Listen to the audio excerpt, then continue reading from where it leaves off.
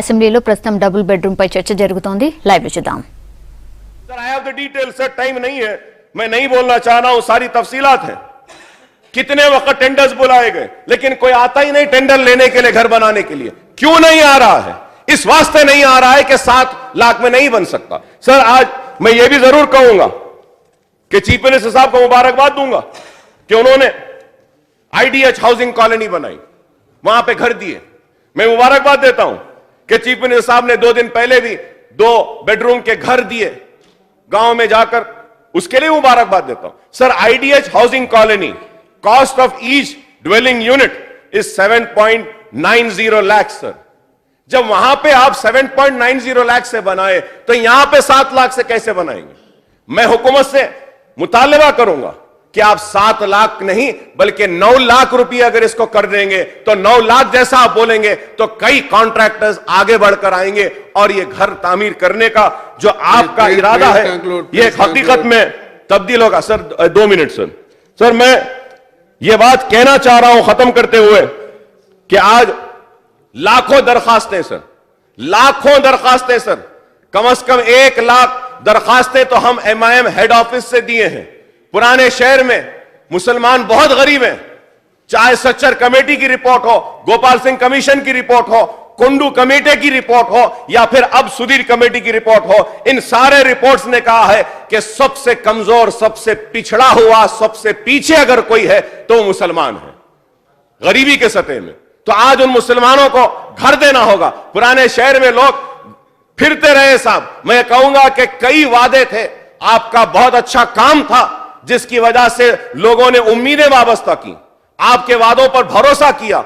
कई चीजों में से एक सबसे बड़ा आपका वादा था जिसकी वजह से आप GHMC में गैर मामूली कामयाबी हासिल करे हैं और वह वादा था 2 बेडरूम का. तो इस वादे को मत भूलिए. अगर यह वादा हकीकत में तब्दील नहीं होगा तो आवाम के दिल टूट जाएंगे.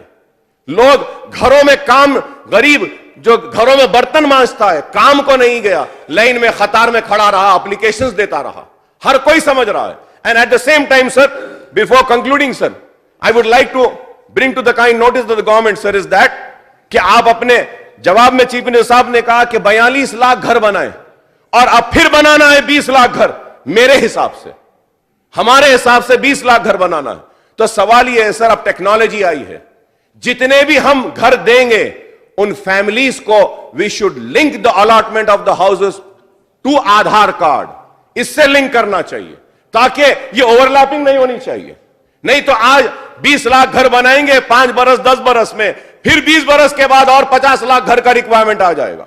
जिस तरीके से MLAs होते हैं साहब, MLAs को अगर जमीन दे देते हैं, एक वक्त दे देते हैं, तो फिर वो दोबारा अगर मुंतखब होते हैं तो नहीं देते बिकॉज उनको दे दिया गया है कहते हैं. तो इसी चीज को एडॉप्ट करना चाहिए. अगर फैमिली को मिल गया है फिर नहीं मिलना चाहिए. ये इर्रेगुलरिटीज को रोकना चाहिए. इस तरीके से हमको देखते हुए करना होगा. पुराने शहर में बहुत से लोग परेशान हैं और जो घर बने हुए हैं, जो घर बने हुए हैं उन घरों को अलॉट कर दीजिए. ये मैं आपसे मुतालबा करूंगा.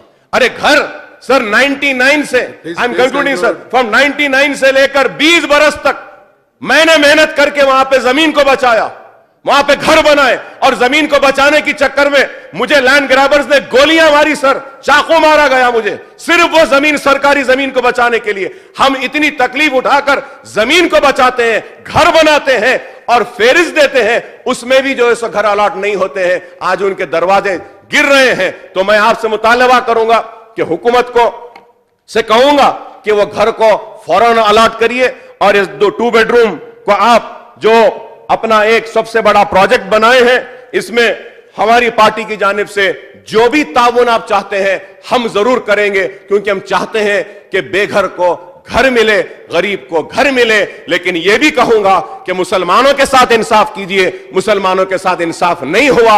1980 से लेकर आज तक नाइंसाफी हुई है. और यह बात आखिर में कहते हुए कंक्लूड करूंगा कि जो लोग जिम्मेदार है ये धंधेबाजी के लिए, करप्शन के लिए, सरकारी खजाने से पैसा खाकर गरीबों को लूटने के लिए, उनको जल्द अज जल्द सजा दे, उनको जेल में पहुंचाए, उनके खिलाफ जो भी जरूरी कार्रवाई करे साहब. शुक्रिया.